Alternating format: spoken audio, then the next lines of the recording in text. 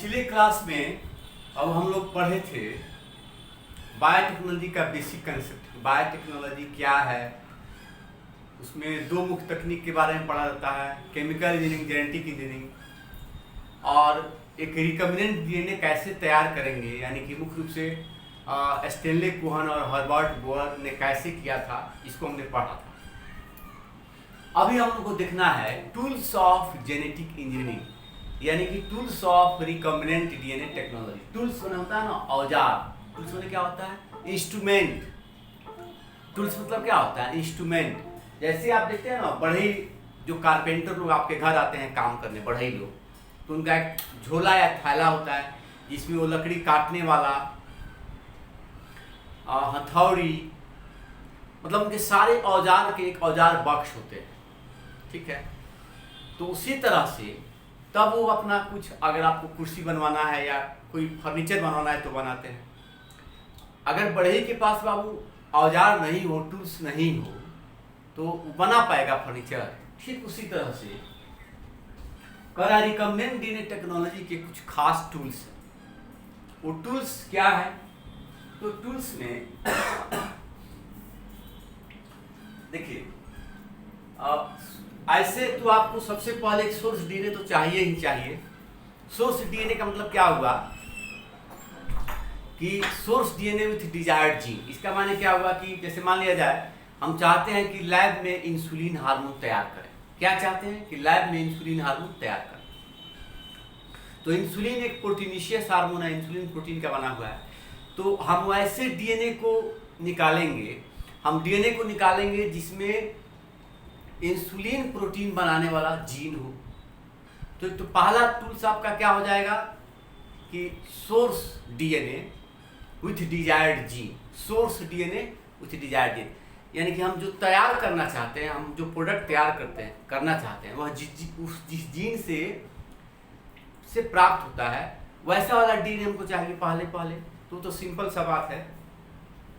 उसके बाद हमको क्या चाहिए? उसके बाद हमको पहला टूल्स चाहिए मुख्य रूप से डीएनए कटिंग एंजाइम। डीएनए को कट करने वाला एंजाइम चाहिए। यानी डीएनए कटिंग एंजाइम क्या होता है? तो वही रिस्ट्रिक्शन इंडोन्यूक्लियेज एंजाइम, प्रतिबंधन इंडोन्यूक्लियेज एंजाइम को कहते हैं, रिस्ट्रिक्शन इंडोन्यूक्लियेज एंजाइम या आरईएन एंजाइम। तो पहला टूल्स हमको क्या चाहिए? आप यहाँ इच्छा करें तो यहाँ लिख सकते हैं इसके ऊपर भी, और उस हिसाब से आप 4 बना सकते हैं। जैसे कि इसको हम चाहें तो 2 बना सकते हैं, इसको 3 बना दें और इसको 4 बना दें। और पहला हम यहाँ क्या लिख दें? Source DNA. पहला क्या लिख दें? Source DNA with desired gene.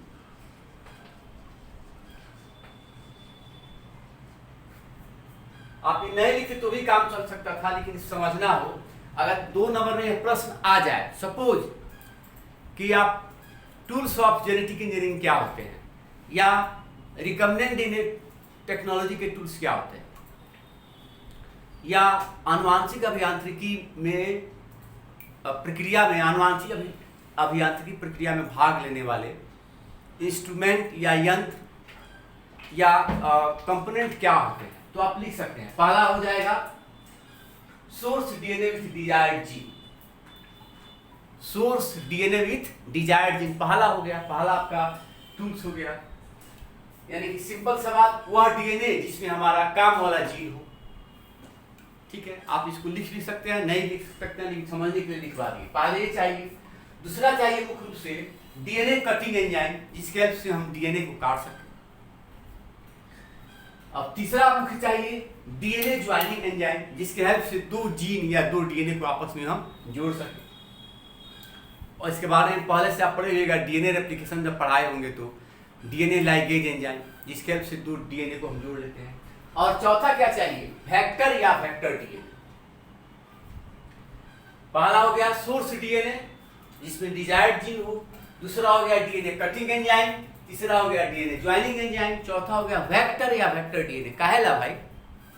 तो जिसके हेल्प से हम डिजायर्ड जीन को होस्ट सेल में भेज सकें, जिसके हेल्प से क्या करें, हम डिजायर्ड जीन को होस्ट सेल में भेज सकें। फैक्टर का काम क्या है? फैक्टर यही करता है, मान लीजिए आपका डिजायर्ड जीन है, डिजायर्ड जीन है, इसको आपको कहाँ भेजना है? तो किसी होस्ट सेल में भेजना है। डिजायर्ड जीन को कहाँ भेजना है? होस्ट सेल में। अच्छा, हम काहे होस्ट सेल लिख रहे हैं? होस्ट सेल पर होता है परपोषी कोशिका। ऐसा इसलिए लिख रहे हैं कि वह जीन उस कोशिका के लिए होस्ट है, यानी कि वह जीन उसका अपना थोड़े है, बाहरी जीन है। वह जीन क्या है? बाहरी जीन है। जिस कोशिका में जा रहा है उस कोशिका का अपना जीन नहीं है, और वह जीन जब जाएगा उस कोशिका में तो उस कोशिका के मशीनरी के बदौलत अपना क्लोनिंग तैयार करेगा, अपना प्रतिकृति करेगा, अपना फोटोकॉपी तैयार करेगा, इसलिए वह क्या हो जाएगा? Host cell. तो कोई भी डिजायर्ड जीन, या इसको हम एलियन जीन भी कह सकते हैं, बाहरी जीन, एलियन जीन या बाहरी जीन। तो हम एलियन जीन किसी जीव में भेजते हैं तो हमारा डिजायर्ड जीन होता है, हमारा उसके पीछे क्या है? स्वार्थ छुपा रहता है कि उससे कुछ प्रोडक्ट तैयार करना जो हमारे लिए यूजफुल हो। तो ये डिजायर्ड जीन या एलियन जीन किसी होस्ट सेल में अपने से नहीं जाता है। कोई दवा थोड़े है, कोई चीज थोड़े उठा के हाथ से पकड़ के या चिमटा से पकड़ के उसके मुंह में डाल दी, ऐसा नहीं है। उसके लिए एक माध्यम होता है, और माध्यम क्या होता है? एक दूसरा डीएनए होता है या एक दूसरा जीव होता है। तो डिजायर्ड जीन या एलियन जीन, हम इसे वेक्टर भी लिख सकते हैं और वेक्टर डीएनए भी लिख सकते हैं। ये इसी वेक्टर के हेल्प से होस्ट सेल में जाते हैं। समझ में आया? डिजायर्ड जीन या एलियन जीन किसी होस्ट सेल में कैसे जाता है? डिजायर्ड जीन या एलियन जीन किसी होस्ट सेल में कैसे जाता है? तो वेक्टर के हेल्प से। किसके हेल्प से? सुटेबल वेक्टर, वेक्टर के हेल्प से जाता है। यही काम है वेक्टर। तो चार चीज हमको चाहिए बेसिक, यानी रिकम्बिनेंट डीएनए टेक्नोलॉजी या जेनेटिक इंजीनियरिंग के चार बेसिक टूल्स हो गए। पहला, source DNA with desired gene, वह डीएनए जिसमें हमारा वांछित जीन हो। दूसरा, डीएनए काटने वाला एंजाइम। तीसरा, डीएनए जोड़ने वाला एंजाइम। और चौथा, संवाहक। चौथा क्या चाहिए? संवाहक, जिससे जोड़ करके हम बाहरी जीन को परपोषी कोशिका में भेज। अब हम लोग इसी चारों टूल्स के बारे में, ये तो पहला खत्म, इसमें तो कुछ समझना ही नहीं है। अब इसी में हम लोग बारी बारी से इसी सारे टूल्स के बारे में बारी बारी से पढ़ लेंगे। और जब सारा टूल्स के बारे में पढ़ लेंगे, हम हर टूल्स का काम कर जान जाएंगे, तो आराम से हम जो चाहते हैं बना लेंगे। जैसे मान लिया जाए कि आप कुर्सी बनाना लकड़ी से नहीं जानते हैं, आप कारपेंटर का काम नहीं किए हैं, आपको उस चेयर बनाने के लिए जो भी इंस्ट्रूमेंट चाहिए, जो टूल्स चाहिए, आपको दे दिया जाए, तो क्या आप बना लीजिएगा? नहीं बना पाइएगा। आप आरी चलाना नहीं जानते हैं, हथौड़ा से नेल ठोकना नहीं जानते हैं, आप उसको साइज से काटना नहीं जानते हैं, तो आपको क्या जानना पड़ेगा? पहले आपको सारे टूल्स समझने होंगे। मान लीजिए कोई कारपेंटर आपको टूल्स दे दिया, तो जानना पड़ेगा ये आरी है, ये ब्लेड है, इसको ऐसे पकड़ के ऐसे काटते हैं, ये हथौड़ा है, इसका ऐसे उपयोग करते हैं, ये चीज़ है, इसका ऐसे उपयोग करते हैं, इससे ऐसे मार्क करते हैं। जब सारा औजार का काम आप भली भांति देख लीजिएगा, समझ लीजिएगा और काम समझिएगा, तब आप अपना काम शुरू कीजिएगा। और बिना समझे ठीक शुरू कर दीजिएगा तो आप काम बिगाड़ दीजिएगा या आपसे वो चीज़ नहीं बनेगा। तो वही पहले हम लोग एक एक करके सारे टूल्स के बारे में जान लेंगे, फिर फाइनली हम इस जेनेटिक इंजीनियरिंग की मदद से, जेनेटिक इंजीनियरिंग या रिकम्बिनेंट डीएनए टेक्नोलॉजी की मदद से, उसका पर्पस क्या होता है? एक डिजायर्ड प्रोडक्ट तैयार करना। रिकम्बिनेंट डीएनए टेक्नोलॉजी या जेनेटिक इंजीनियरिंग काहे ला कराया जाता है लैब में? डिजायर्ड प्रोडक्ट तैयार करने के लिए। डिजायर्ड प्रोडक्ट मतलब वांछित उत्पाद। वो क्या हो सकता है? तो प्रोटीन भी हो सकता है, एंजाइम हो सकता है, वैक्सीन हो सकता है, हार्मोन्स हो सकता है। बात समझ में आया? ये आपका हो गया टूल्स ऑफ किसका? Recombinant DNA technology. इसको क्या कहेंगे? Tools of recombinant DNA technology, या इसको क्या कह सकते हैं? Tools of genetic engineering. Tools of recombinant DNA technology या टूल्स ऑफ जेनेटिक इंजीनियरिंग। कोई दिक्कत?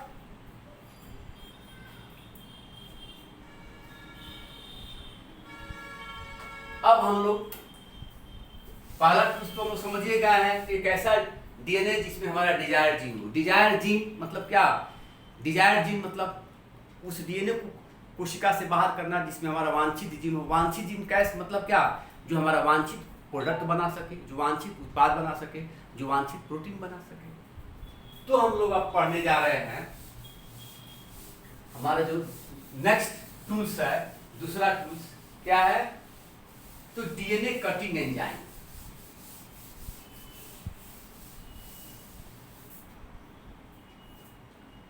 डीएनए कटिंग एंजाइम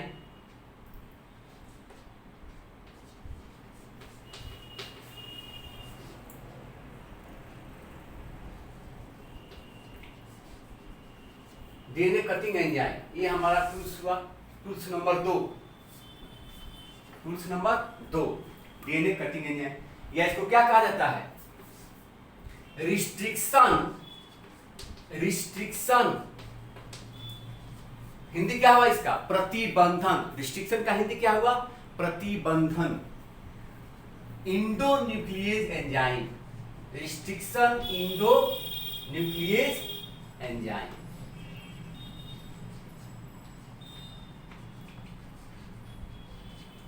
या इसे हिंदी में क्या कहते हैं, प्रतिबंधन इंडोन्यूक्लियेज एंजाइम। डीएनए कटिंग एंजाइम या प्रतिबंधन इंडोन्यूक्लियेज एंजाइम।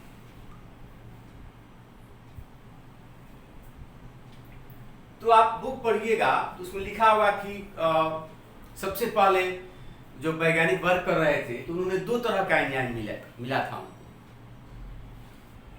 सबसे पहले जब आप जब पढ़िएगा बुक में डीएनए कटिंग एंजाइम वाला जो टूल्स पढ़िएगा या रिस्ट्रिक्शन इंडोन्यूक्लियेज एंजाइम पढ़िएगा तो लिखा गया है कि जब साइंटिस्ट वर्क कर रहे थे तो उनको 2 तरह का एंजाइम मिला था। एक एंजाइम मिला था जो डीएनए को मिथाइल ग्रुप से जोड़ता है, एक एंजाइम मिला था जो डीएनए को मिथिल ग्रुप से जोड़ता है, और दूसरा जो एंजाइम मिला था वो डीएनए को खास स्थल पर, खास साइट पर काटता है, तो उसी को कहा गया डीएनए कटिंग एंजाइम। आपको यहाँ से याद क्या रखना है कि सबसे पहले जो डीएनए कटिंग एंजाइम खोजा गया उसका नाम था HindII। क्या नाम था, HindII। HindII क्या है, तो वह फर्स्ट डीएनए कटिंग एंजाइम है, वह पहला प्रतिबंधन इंडोन्यूक्लियेज एंजाइम है जिसको वैज्ञानिकों के द्वारा खोजा गया था या एक्सट्रैक्ट आउट किया गया था। क्या है वो, HindII। कह रहा है HindII एक खास एंजाइम है जो डीएनए को कट करता है खास स्थल पर, डीएनए को खास स्थल पर, खास जगह पर काटता है, और एक पहला एंजाइम है, पहला खोजा गया एंजाइम का नाम क्या है, HindII। ये आपको परीक्षा में कई बार पूछा जा गया है, ठीक है, जो डीएनए को एक खास जगह, खास स्थल पर काटता है, और Mg2+ आयन ये को फैक्टर के रूप में इस्तेमाल करता है।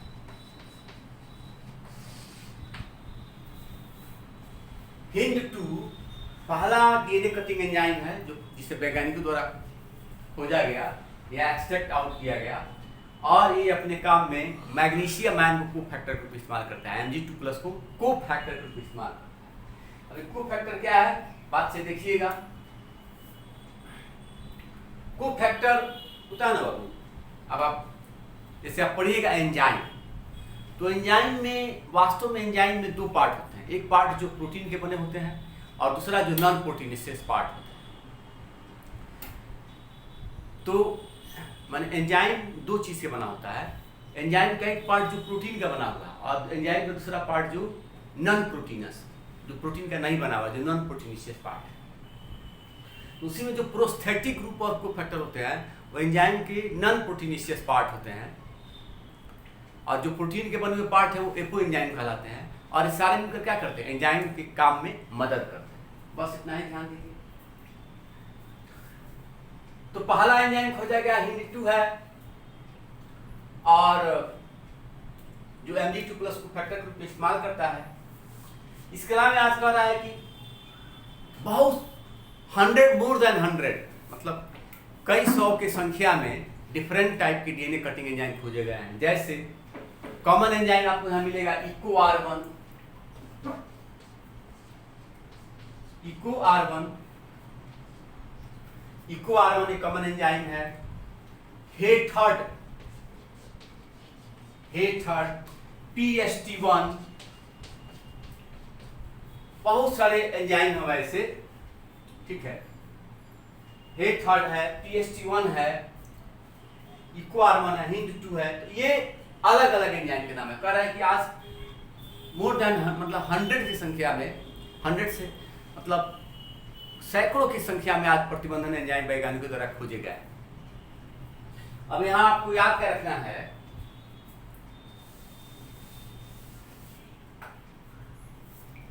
कि हम क्या लिखे थे, यहाँ इको R1 लिखे थे। ये सब क्या है, एग्जाम्पल है किसका, इको R1 लिखे थे, PST1 लिखे थे और हेथर्ड लिखे थे। फिर हम लिखेंगे, लेकिन चूंकि आप लोग को ध्यान देना, ये सब क्या है, तो ये उदाहरण है किसके, डीएनए कटिंग एंजाइम, हिंद2, इको R1, PST1, हेथर्ड, ये सब उदाहरण होगा किसके, डीएनए कटिंग एंजाइम। अब इससे हम लोग को बात नहीं है, कह रहा है कि यहाँ सबसे पहले ध्यान देना है कि इनका नामकरण कैसे होता है। ये जो डीएनए है, जो डीएनए कटिंग एंजाइम है, पहला बात कि ये डीएनए को एक खास स्थल पर काटते हैं। ऐसा नहीं हुआ जैसे कि आपका डीएनए हुआ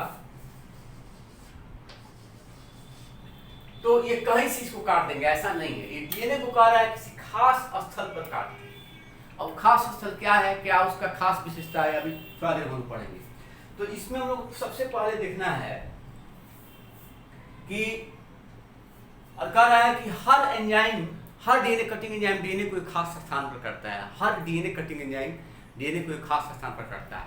हालांकि ऐसे बहुत सारे एंजाइम ऐसे भी होते हैं जो एक ही जगह पर डीएनए काटते हैं, लेकिन उनका एक खास जगह होगा, बात की बात है।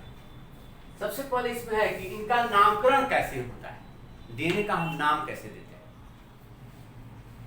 तो कह रहा है कि जनरली डीएनए जो कटिंग एंजाइम है, इसके नामकरण में उस जीव का प्रयोग किया जाता है जिसके हेल्प से ये निकाले गए थे, जिसके हेल्प से ये बनाए गए थे। बात समझ में आ रहा है। कह रहा है कि डीएनए कटिंग एंजाइम या जो रिस्ट्रिक्शन इंडोन्यूक्लियस एंजाइम है, उसका नामकरण कैसे दिया जाता है। तो कह रहा है इसके नामकरण में उस जीव का नाम लिया जाता है, उस सजीव का उस जनरली कहाँ से बनाए जाते हैं, तो प्रोकैरियोटिक सजीव से। किससे, प्रोकैरियोटिक सजीव, जैसे खास जीवाणु से। तो जिस खास प्रोकैरियोटिक सजीव से या जीवाणु से बनाए गए हैं, उसी के नाम के सहायता से इनका नामकरण दिया जाता है। जैसे जो आपका कॉमन डीएनए कटिंग एंजाइम है जिसका नाम है इको R1, ये जो इको R1 है, ठीक है, ये इको R1 नामक जो डीएनए कटिंग एंजाइम है, ये आपको इस्चेरिचिया कोलाई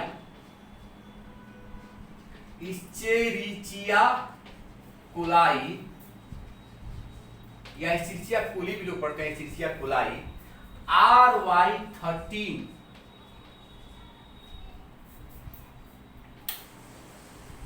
इस्चेरिचिया कोलाई RY13, इस इस्चेरिचिया कोलाई के स्ट्रेन से ये DNA cutting enzyme eco R1 बना है। तो इसका नामकरण में क्या किया जाता है कि जैसे हम लोग पहले से जानते हैं ना, नामकरण कैसे दिया जाता है बायोलॉजी में। तो साइंटिफिक नेम या बायोलॉजिकल नेम में पहला नाम क्या होता है, जेनेरिक नाम, वंश का नाम, और दूसरा नाम स्पीशीज नाम, जाति नाम। तो उसी तरह से इको R1 में पहला जो ई है क्या है, ई, ये आपका वंश का नाम हो गया, जेनेरिक नाम हो गया। आप स्पीशीज से लिया गया है को, जाति के नाम से को लिखा गया। और आर जो है, आर वह इस्चेरिचिया कोलाई के खास प्रभेद को, खास स्ट्रेन को, या आप ऐसे कह सकते हैं सिंपल समझने के लिए, खास वैरायटी। इस्चेरिचिया कोलाई RY13 में जो इस्चेरिचिया कोलाई तो कॉमन जीवाणु हो गया, RY13 इसका खास स्ट्रेन हो गया। खास स्ट्रेन मतलब खास प्रभेद। स्ट्रेन शब्द और कहाँ मिला होगा, जो आप पढ़े हुएगा फ्रेडरिक ग्रिफिथ का ट्रांसफॉर्मेशन एक्सपेरिमेंट। डीएनए आनुवांशिक पदार्थ का काम करता है, पढ़ाए होंगे ना हम। स्ट्रेप्टोकोकस न्यूमोनिया पर वो काम किए थे, स्ट्रेप्टोकोकस न्यूमोनी पर। तो वहां मिला होगा ना स्मूथ स्टेन और रफ स्टेन, एस स्टेन और आर स्टेन, यानी कि दो तरह का प्रभेद। तो उसी तरह से जो डीएनए कटिंग एंजाइम जो है, जो प्रतिबंधक इंडोन्यूक्लियोटाइड एंजाइम है, उसके नामकरण में नियमानुसार नामकरण का पहला नाम वंश का नाम से, दूसरा जाति से और अन्य चीज उसके प्रभेद से लिया गया रहता है।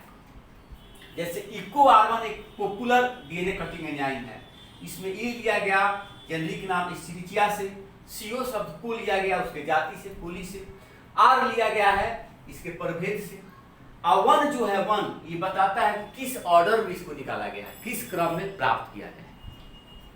तो एस्चेरिचिया कोलाई RY13 से ये इकोआर1 नामक प्रतिबंधन एंजाइम बना है, उसी हिसाब से इसका नाम लिया गया है। पहला वंश से, दूसरा जाति से, और उसके प्रभेद से, और वन इंडिकेट करता है किस क्रम में, किस ऑर्डर में ये प्राप्त किया गया है। बात समझ में आया? तो ये इसका नामकरण का खास तरीका, ये बात आपको याद रखना है, ठीक है। आगे बाबू देखिएगा, कह रहा है कि ये जो रिस्ट्रिक्शन इंडोन्यूक्लियोटाइड एंजाइम है, एक खास तरह का एंजाइम होता है, इसे कहते हैं न्यूक्लिएजेज एंजाइम। क्या कहते हैं? न्यूक्लिएजेज एंजाइम। तो न्यूक्लिएजेज एंजाइम जो एंजाइम का ग्रुप है, उसके सबसे बड़े न्यूक्लिएजेज एंजाइम कहलाने वाले एंजाइम के सबसे बड़े ग्रुप का नाम है रिस्ट्रिक्शन इंडोन्यूक्लियोटाइड एंजाइम। मतलब एक खास एंजाइम है, इसका नाम क्या है? न्यूक्लिएजेज। खास एंजाइम इसका नाम क्या है? न्यूक्लिएजेज, NuCl न्यूक्लिएजेज एंजाइम। ये खास एंजाइम है। तो कह रहा है कि न्यूक्लिएजेज जो एंजाइम है, इसके ग्रुप में सबसे बड़े, इस ग्रुप का सबसे बड़ा एंजाइम का नाम क्या है? REN enzyme, restriction endonucleotide enzyme. यानी कि न्यूक्लिएजेज कहलाने वाले जो एंजाइम होते हैं, उस न्यूक्लिएजेज कहलाने वाले एंजाइम ग्रुप का सबसे बड़ा ग्रुप का नाम है REN एंजाइम। सबसे बड़े ग्रुप का नाम क्या है? REN enzyme. बात समझ में आ रहा है? सबसे बड़े ग्रुप का क्या नाम है? REN enzyme. किस सबसे बड़े ग्रुप का नाम है? तो जो न्यूक्लिएजेज कहलाने वाले एंजाइम है ना, उसमें बहुत सारे एंजाइम का ग्रुप आता है, तो उसमें सबसे बड़े ग्रुप का नाम है प्रतिबंधन इंडोन्यूक्लियोटाइड एंजाइम या REN एंजाइम। कोई दिक्कत?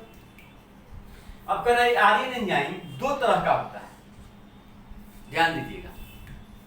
एक को कहते हैं एक्सोन्यूक्लिएजेज, एक को क्या कहते हैं? एक्सोन्यूक्लिएजेज। जो मतलब न्यूक्लिएजेज कहलाने वाले एंजाइम का एक टाइप हुआ, जो सबसे बड़ा ग्रुप कहलाता है वो REN एंजाइम हुआ, रिस्ट्रिक्शन इंडोन्यूक्लियोटाइड एंजाइम हुआ। और ये दो तरह से होता है, दो तरह का होता है, एक्सोन्यूक्लिएजेज और दूसरा इंडोन्यूक्लिएजेज। एक्सोन्यूक्लिएजेज और इंडोन्यूक्लिएजेज। अब जैसा कि नाम पड़ रहा है, एक्सो मतलब होता है बाहर, और इंडो मतलब होता है अंदर। तो एक्सोन्यूक्लिएजेज जो होते हैं वो डीएनए को किनारे से काटेंगे। एक्सोन्यूक्लिएजेज जो है वो डीएनए को कहां से काटेंगे? या तो इस किनारे काटेंगे या इस किनारे काटेंगे। तो ये एक्सोन्यूक्लिएजेज हो गए। इंडोन्यूक्लिएजेज जो डीएनए कटिंग एंजाइम होंगे, REN एंजाइम होंगे, वो डीएनए को बीच से काटेंगे या भीतर से काटेंगे। वो डीएनए को कहां से काटेगा? भीतर से काटेगा। यानी कि रिस्ट्रिक्शन इंडोन्यूक्लियोटाइड एंजाइम दो तरह का हो गया, एक्सोन्यूक्लिएजेज जो डीएनए को किनारे से कट करेगा, और दूसरा हो गया इंडोन्यूक्लिएजेज जो डीएनए को भीतर से काटेगा। बस बात यहां समझ में आ रहा है? तो पहला बात हो गया कि इसमें हम लोग क्या खास बात है? पहला खास बात जाने इसमें कि पहला एंजाइम जो खोजा गया DNA cutting enzyme, restriction endonucleotide enzyme, उसका नाम था HindII, जो Mg2+ को फैक्टर के रूप में काम करता है। ये इकोआर1, PST1, हेथर्ड, ये सब क्या है? ये अलग अलग एंजाइम है जो डीएनए को काटते हैं। पहला इसमें जाने नामकरण कैसे होता है? तो इनका नामकरण जो है, नामकरण में उस प्रोकैरियोटिक सजीव का इस्तेमाल किया जाता है जिससे बाहर, जिसके हेल्प से बनाए गए थे। जैसे जो कॉमन डीएनए कटिंग एंजाइम इकोआर1, वो खास जीवाणु से निकाला बनाया गया था, जिसका नाम था एस्चेरिचिया कोलाई RY13। तो इसके नामकरण में पहला शब्द वंश से लिया गया है, एस्चेरिचिया से ही, सीओ शब्द लिया गया है, सीओ शब्द उसके जाति से, कुलाई से, आर इसके आरवाई प्रभेद से लिया गया, और पहला जो है ये दिखाता है कि किस ऑर्डर में या किस क्रम में ये निकाला गया। तो ये इसका नामकरण हो गया। अब बताए कि इसका परिचय क्या है भाई। तो जो रिस्ट्रिक्शन इन न्यूक्लियर एंजाइम है, वो न्यूक्लिएजेस जो कहलाने वाले एंजाइम है, उसके सबसे बड़े समूह का नाम है आर्यन एंजाइम। और ये दो तरह का होता है, एक्सोन्यूक्लिएजेस, इंडोन्यूक्लिएजेस। एक्सोन्यूक्लिएजेस डीएनए को किनारे से काटेगा, मैंने बाहरी किनारे से काटेगा, और इंडोन्यूक्लिएजेस डीएनए को भीतर से काटेगा। बस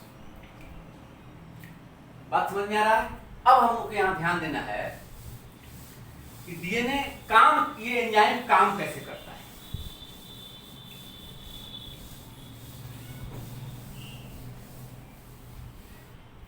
अब क्या ध्यान देना है, यह एंजाइम काम कैसे करता है।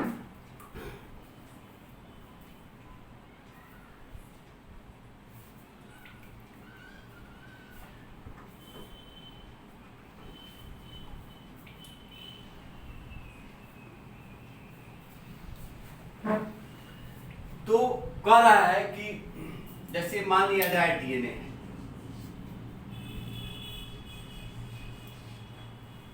ठीक है, कह रहा है कि इस एंजाइम का काम करने का एक खास तरीका है। सबसे पहले जो रिस्ट्रिक्शन इन न्यूक्लियर एंजाइम है, ये इस डीएनए को इसके पूरे लंबाई का निरीक्षण करता है। यह एंजाइम इस डीएनए को काटने से पहले क्या करता है, इस पूरे इसके लंबाई का निरीक्षण करता है। यह कटिंग एंजाइम इस डीएनए के पूरे लेंथ का निरीक्षण करता है, सुपरविजन करता है इसके पूरे लंबाई के अनुसार। और काहेला निरीक्षण करता है, वह निरीक्षण करके अपने खास स्थल की पहचान करता है। वह अपने पार्टिकुलर नाइट्रोजनस बेस सीक्वेंस का पहचान करता है, वह खास पहचान करता है जहां उसको काम करना है।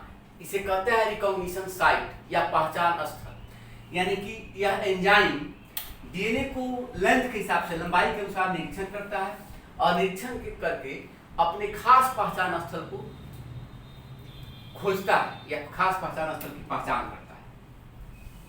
ठीक है, अब ये पहचान स्थल क्या होता है। इसका पहचान स्थल कह रहा है, जैसे मान लो डीएनए है, इसको हम ये कर लिए, तो ये कह रहा है इसका पहचान स्थल 4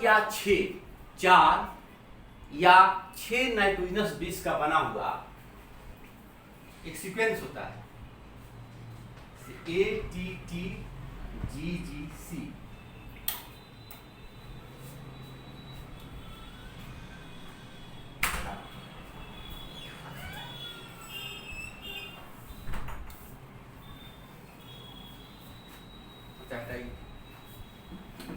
हम ATCGTA लिख सकते हैं,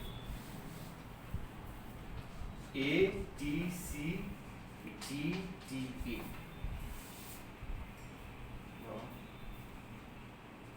मान लिया जाए डीएनए का स्ट्रैंड है,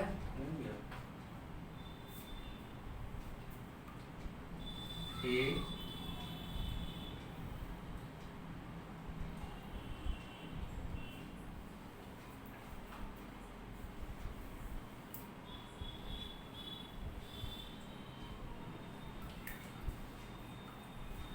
कह ये कैसे काटता है।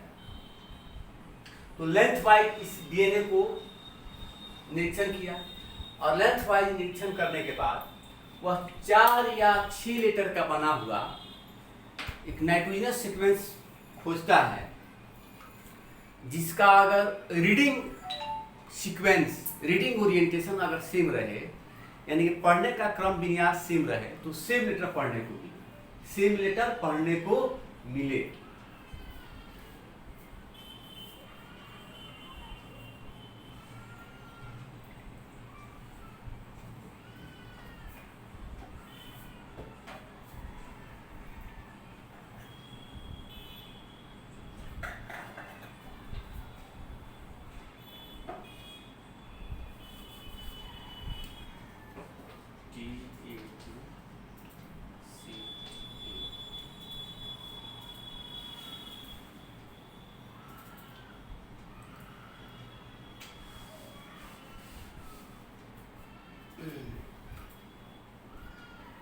4 या 6 लेटर जो उल्टा हमको, तो क्या लिख सकते हैं, आप बुक में देखिएगा तो 4 या 6 लेटर मिलेगा, उसके हिसाब से आप बना सकते हैं। जैसे GATC मान लिया जाए, GATC, तो आप GATC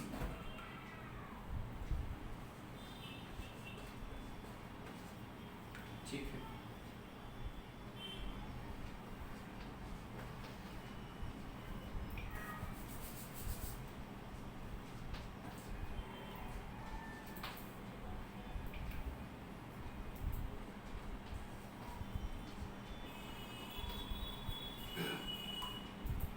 जैसे यह एक सीक्वेंस हो गया, मान लिया जाए कि डीएनए का कैसे वो काम करता है, तो डीएनए को लेंथ वाइज इसका सुपरविजन किया और एक खास स्थल खोजता है जहां पर डीएनए के दोनों स्ट्रैंड में जो 4 या 6 नाइट्रोजनस बेस के बने होते हैं, जब रीडिंग फ्रेम, यानी कि रीडिंग फ्रेम मतलब क्या, पढ़ने का ओरिएंटेशन, जो पढ़ने का ओरिएंटेशन यानी कि हम सेम पढ़ने के क्रम विन्यास में पढ़ें तो सेम हमको लेटर मिलेगा। जैसे हम देखिए, ये मान लिया जाए कि डीएनए का 2 ये है, हम अगर इसका मान लिया जाए यहाँ से निकालें, ठीक है, तो ऐसे ही डीएनए स्ट्रैंड है, पहला जो 5 प्राइम से 3 प्राइम है उसमें क्या है, तो GATC 4 लेटर।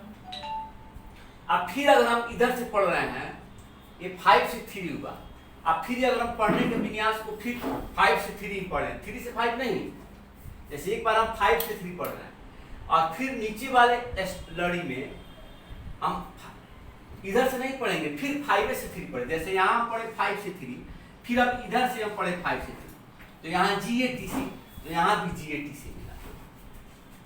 समझ में आ रहा है, यहाँ GATC तो इधर भी GATC मिला। जैसे अब आप देखिए ना, साइटोसिन है तो गुआनिन, थाइमिन है तो एडेनिन, एडेनिन है तो थाइमिन, गुआनिन है तो साइटोसिन। आप 5 से 3 प्राइम इधर से पढ़ रहे हैं तो GATC, आप फिर 5 से 3 इधर से पढ़ रहे हैं तो GATC। ये 4 लेटर का बना हुआ। उसी तरह से GAATTC,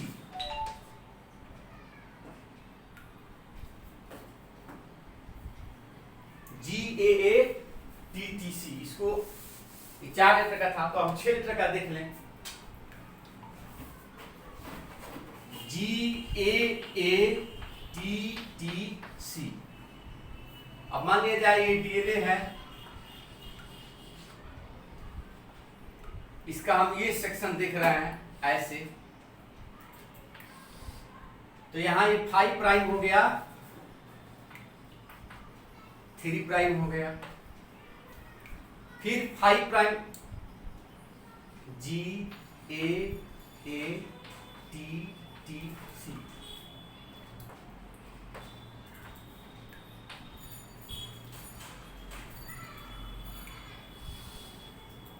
अब आप क्या देख रहे हैं, ये 4 लेटर का बना हुआ है, जिसको अगर हम 5 प्राइम से 3 प्राइम पढ़ रहे हैं तो सेम नाइट्रोजनस बेस पढ़ने को मिल रहा है, GATC, इधर से भी GATC।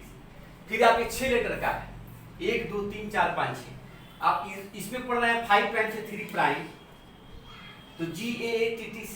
आप फिर इधर से आप पढ़ रहे हैं 5 प्राइम से 3 प्राइम, तो क्या मिल रहा है, GAATTC। तो कहता है कि डीएनए एंजाइम अपना कार्य कैसे करता है, तो पहले ये डीएनए को लेंथ वाइज सुपरविजन करता है, डीएनए को लंबाई के अनुसार निरीक्षण करता है और एक खास पहचान स्थल, एक खास सीक्वेंस को ढूंढता है जो इसका पहचान स्थल कहलाता है। और ये पहचान स्थल क्या होता है, तो 4 या 6 नाइट्रोजनस बेस का बना हुआ एक सीक्वेंस होता है, जिसमें अगर पढ़ने के अब क्रम को, रीडिंग ओरिएंटेशन को सेम रखा जाए, यानी कि 5 से 3 फिर 5 से 3, तो सेम लेटर देखने को मिलता है, ठीक है। और ऐसा खास सीक्वेंस कहलाता है पैलिंड्रोमिक सीक्वेंस। क्या कहलाता है, पैलिंड्रोमिक सीक्वेंस। ऐसा खास सीक्वेंस क्या कहलाता है, यानी कि 4 या 6 लेटर का बना हुआ सीक्वेंस जिसका पढ़ने का क्रम सेम कर दें, जैसे 5 से 3 फिर 5 से 3। डीएनए पर पाया जाने वाला वह खास स्थल जहां पर 4 या 6 लेटर का बना हुआ नाइट्रोजनस बेस का सीक्वेंस सेम हो।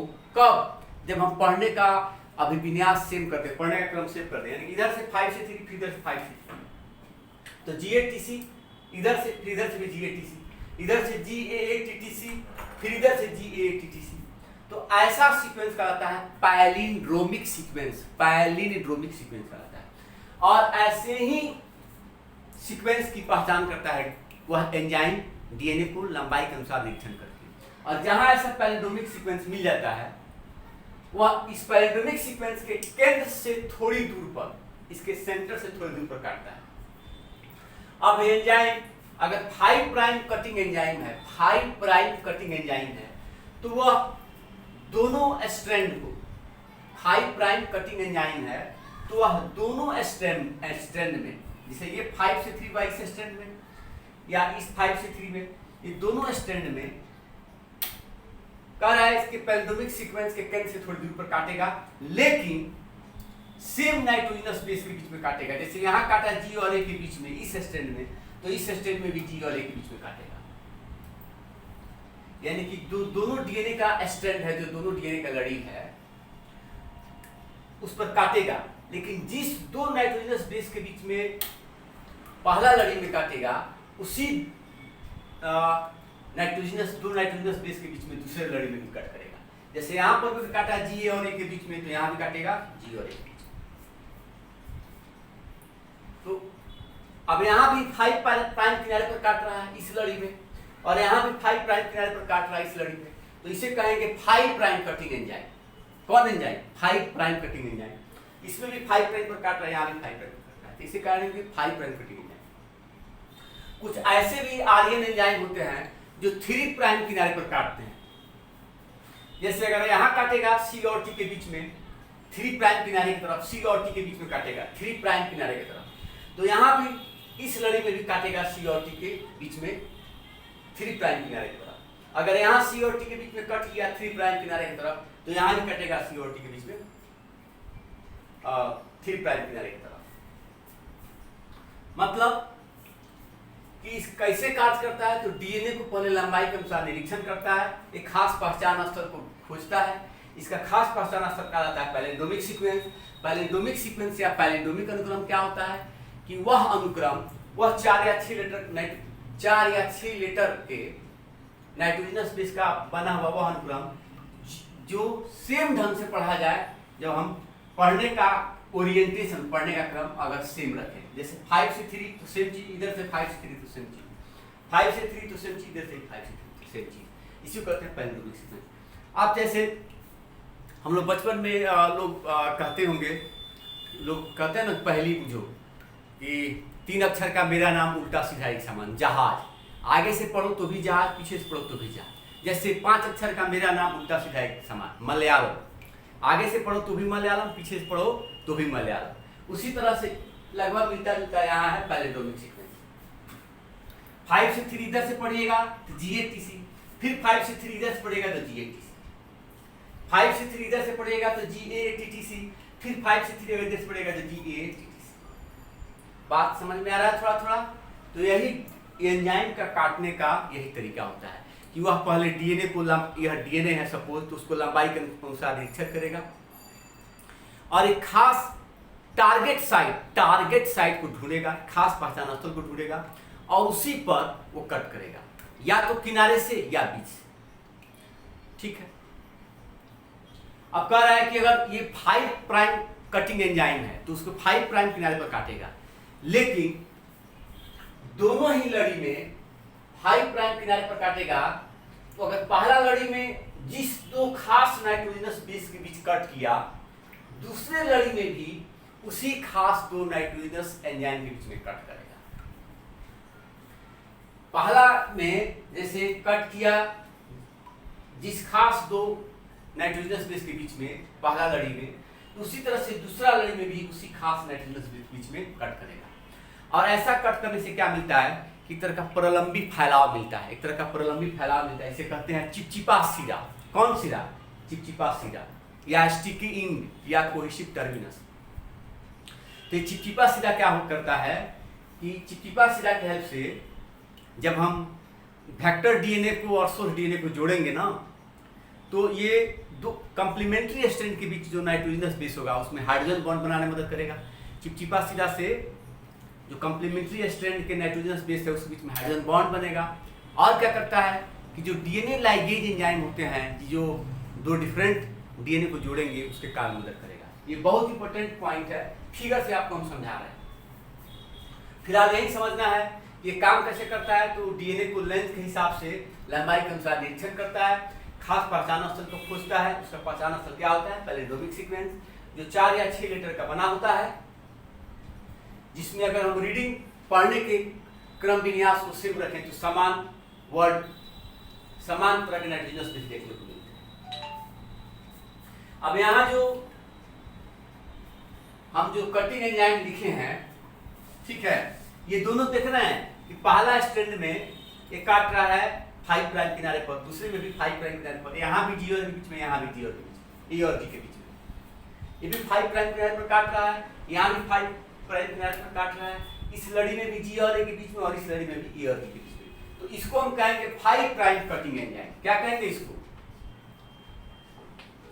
5 प्राइम कटिंग एंजाइम, यानी कि वह रिस्ट्रिक्शन इंडोन्यूक्लियस एंजाइम जो डीएनए को 5 प्राइम किनारे पर काटता है, 5 prime cutting enzyme.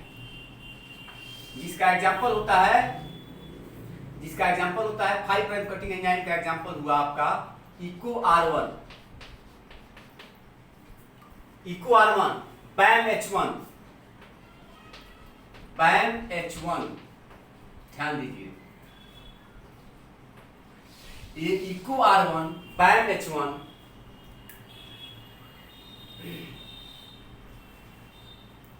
Eco R1 कहां से निकाला गया? इस्टीरिशिया कोलाई से। बैम H1 बैसिलस एमाइलोलिक्विफिसेंस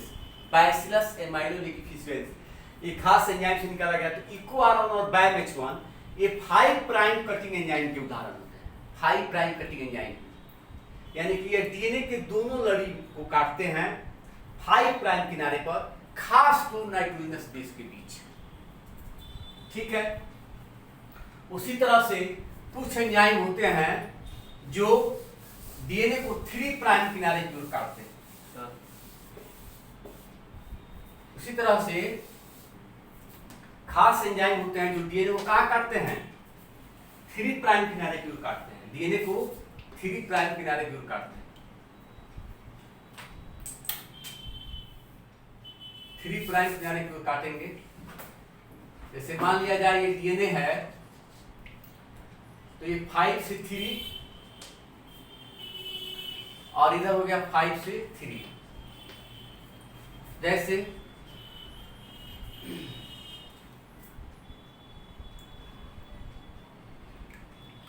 मान लीजिए यही GATC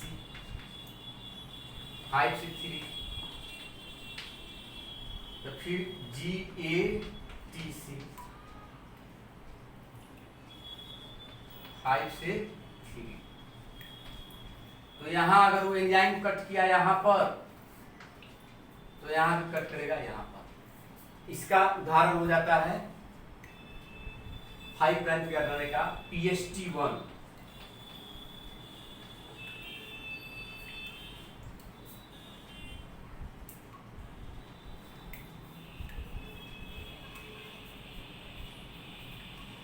इसे Eco R1 by H1 5 prime cutting enzyme है।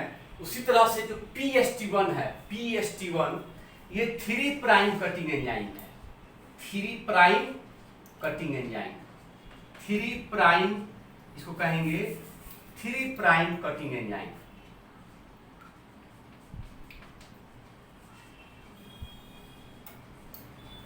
क्या कहेंगे इसको? 3 प्राइम कटिंग एंजाइम। PST1 को जो Providencia stuartia, Providencia PROVIDENTIA Providencia stuartia STUARTIA Providencia stuartia नामक जीवाणु से एक्सट्रैक्ट आउट किया गया था एंजाइम। इसका नाम क्या है? PST1। यह एंजाइम डीएनए को 3 प्राइम तरफ काटता है। जैसे ये इसका 3 प्राइम GATC, तो T और C के बीच में काटा एक लड़ी में, फिर दूसरी लड़ी में भी ये 3 प्राइम की तरफ काटेगा C और T के बीच में।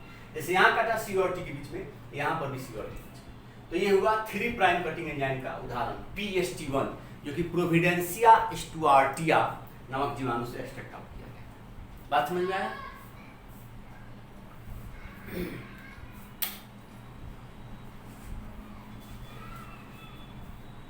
तो देखिए ये दोनों में, अब यहां पर देखिएगा या यहां पर, अब यहां पर जैसे कट करेगा एंजाइम तो ऐसे कट कर दिया और ये गायब हो जाएगा।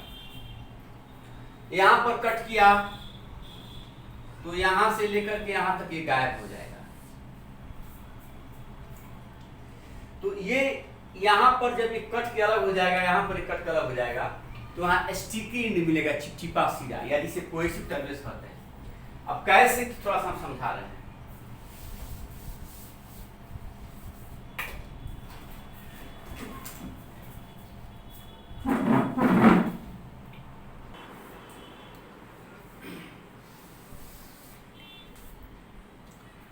तो हम बताए होंगे बाबू कि ये 3 प्राइम कट करे, अब यहां भी कट करेगा, मान लिया जाए 3 प्राइम पर, तो यहां से ये गायब हो जाएगा। ठीक है, तो ये 3 प्राइम पर कट किया तो यहां लेकर के ये गायब। अब 3 प्राइम कट करेगा चाहे 5 प्राइम कट करेगा, तो ये पोर्शन गायब, तो बच जाएगा, ये बच जाएगा। तो इससे चिपचिपा सिरा बनता है। जब डीएनए के दोनों लड़ी पर प्रतिबंधन एंजाइम डीएनए के दोनों स्ट्रैंड में, जब प्रतिबंधन एंजाइम डीएनए की दोनों लड़ियों में सेम 2 नाइट्रोजनस बेस के बीच में कट करेगा, यहाँ जिस 2 नाइट्रोजन बेस में कट किया, दूसरे लड़ी में भी इसी 2 नाइट्रोजनस बेस में कट करेगा, तो इसके हेल्प से एक प्रलंबी सिरा बनता है, जिसे कहते हैं चिपचिपा सिरा, अंग्रेजी में कहते हैं स्टिकी इंडिया कोहेसिव टर्बुलेंस। ये चिपचिपा सिरा काफी इंपॉर्टेंट है, सीबीएसई बोर्ड, बिहार बोर्ड में 2 नंबर में आया है और आपके कंपटीशन में पूछा गया इस पर कंपटीशन। ये चिपचिपा सिरा या प्रलंबी फैलाव क्या करता है कि अपने कंप्लीमेंट्री स्ट्रैंड, अब जैसे मान लो कि यह है वेक्टर डीएनए, एक तो सिरा कट गया है, अब एक बच गया वेक्टर डीएनए, और ये है सोर्स डीएनए।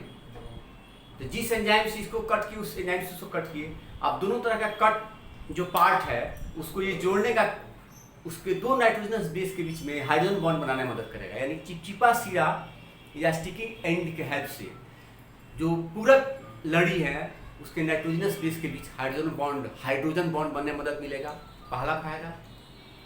दूसरा फायदा कि डीएनए लाइगेज एंजाइम, एक सोर्स डीएनए वेक्टर डीएनए दोनों को जोड़ना है, तो डीएनए लाइगेज एंजाइम के काम में भी मदद मिलेगा। डीएनए लाइगेज एंजाइम भी अपना काम अच्छा से कर पाएगा। ये चिपचिपा सिरा का खास फायदा है।